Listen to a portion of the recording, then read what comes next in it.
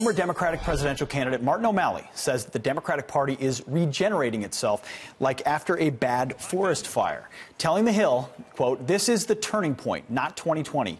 I'm very excited about 2018. I see this party regenerating itself, not from Washington. I don't believe in permanent blue states or red states. I don't believe in flyover states." O'Malley has now launched a new political organization to focus on these local elections. Joining me now, former Maryland Governor Martin O'Malley. Governor, thanks for joining us this morning.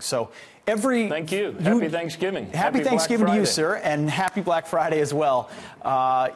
Every forest fire is started for a reason. It's either arson, it's intentional, or it's accidental. When you look at the forest fire of the Democratic Party that you say is being regenerated, what's the nexus of that? Is it Barack Obama? Is it Hillary Clinton? What are you recovering from? Well, we stopped acting like a party. I mean, we kidded ourselves into believing that the only offices that mattered were President of the United States or United States Senate. There were many so-called active Democrats that I would speak with on the phone, trying to impress upon them when I was chair of the Democratic Governors Association that states matter. And many of these Democratic contributors, donors, active people would sometimes say to me almost proudly, "Oh, Martin, I don't do governors. I only do president and U.S. Senate." Well, look, we have to field candidates for governor, good men and women up and down the ballot for state senate and state rep, because the truth is we were wiped out. We lost more governor's races and more state legislatures and local elections than at any time in the 8-year period of the Democratic Party. And shame on us. We need to act like a party. We need to realize every state matters. And that's what I'm going to be putting my shoulder into. Well, in some ways, Governor, the Republican Party was guilty of the same sin, being complacent about these middle-class flyover state voters, blue-collar voters who've been left behind by both parties, the so-called forgotten man that this president reached out to. What is your message? What's the Democratic message? Because there's a lot of talk of, say, economic justice or resisting President Trump. But what is the message to these working-class voters to say, hey, don't side with this president who says he's working for you. Instead, side with us? What's the message?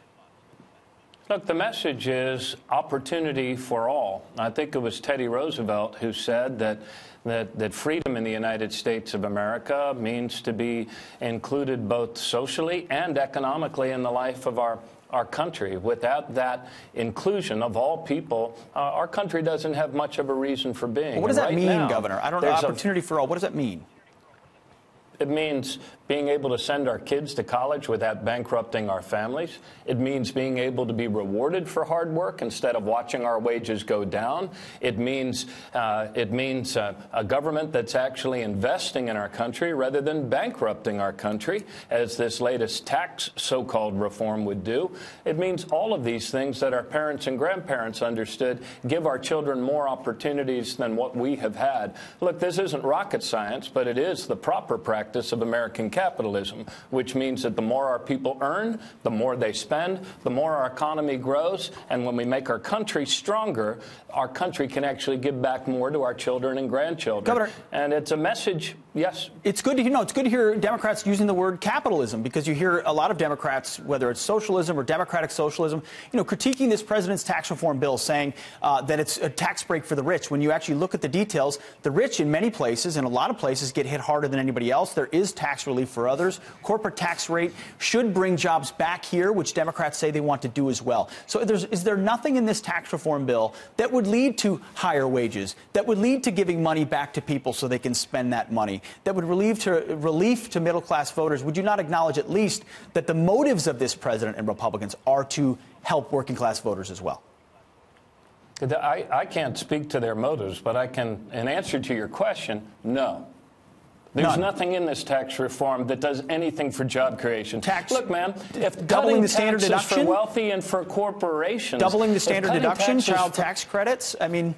Yeah, that'd be nice, but it's not worth bankrupting our country. Look, if tax cuts for the wealthy and corporations created jobs and better wages, we'd really be rolling in it now, wouldn't we? But it doesn't work like that. That's not how American capitalism works. You can't bankrupt your country and create more opportunities for your kids. Yeah, we've come out of the recession thanks to President Obama's leadership faster than most other countries, but we have yet to see wages go up again for most Americans, and a lot of people if they have less than a college degree haven't seen any jobs because come so back. many of those jobs have gone overseas, Governor. Challenge. You would acknowledge that so many of those jobs have gone overseas. I mean, we've seen it happen over generations. Would not reducing the corporate tax rate, rather than trying to line people's pockets, you would have to acknowledge base economics would say incentives would be for companies to come back here and provide those jobs here. Is that not good for flyover states, as you said you don't want to describe them, to have those jobs coming back? Isn't that a basic premise? Yeah, but look, you assume that they're paying taxes now under our tax code. That's not true. You know, GE, I think last year paid nothing. Because the code is so complex. So you have to simplify the code as well, Governor. You'd have to acknowledge that. Here's what I believe. I believe that, yes, if we had a fairer code and people actually paid their fair share, that would be better. But what is absolutely bad for our country would be to bankrupt our country with a $1.5 trillion added to our debt that this bill doesn't even pay for. Look, the real challenge is how do we get wages and pay to start going up again with productivity in the United States? That's what makes capitalism actually work, when more people are included. Some may see it's a bit cynical for the Democrats now to be talking about debt and deficits after 8 years of Obama. Speaking of cynicism, Governor, I'll let you get the last word. You're starting this pack. You're going around the country. Are we looking at the beginnings of a 2020 presidential bid? Look, I'm going to be putting my shoulders into helping people win all across the country. Let me give you one quick example. In Oklahoma, in the last 7 special elections in Oklahoma, a state Donald Trump won by overwhelming margins, our candidates have won 5 of those 7 races, flipping seats in many instances that people thought we had no chance of winning. But it's not just Oklahoma. It's New Hampshire, it's Iowa, it's South Florida, it's Washington State. So I'm putting my shoulder into helping good people win back their state so we can save our country. And I'll make a decision about 2020 later. After the midterms is what I've heard. Governor, thanks for your time this morning. We appreciate it. Hey, thank you. You got it. Happy Thanksgiving.